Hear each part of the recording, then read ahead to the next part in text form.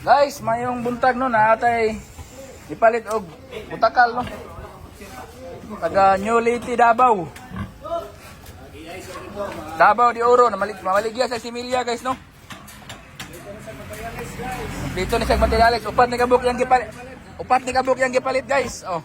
Durok pitri ni nga butakal magamit na. Tara tagya guys oh. Majubil lumos mo sa New Liti. Mako Davao di Oro. Na maligya sa Similia guys.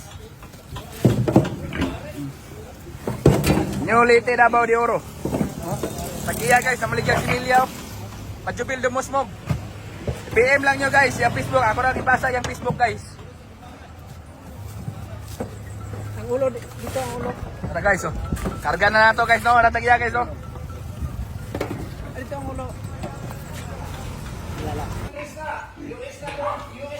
Okay guys, so mapuni yung ikuan guys no.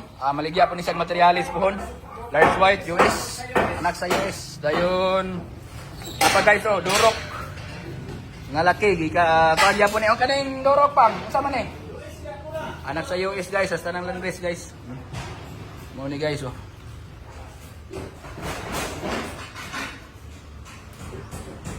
Guys, so unsa mong Facebook sir?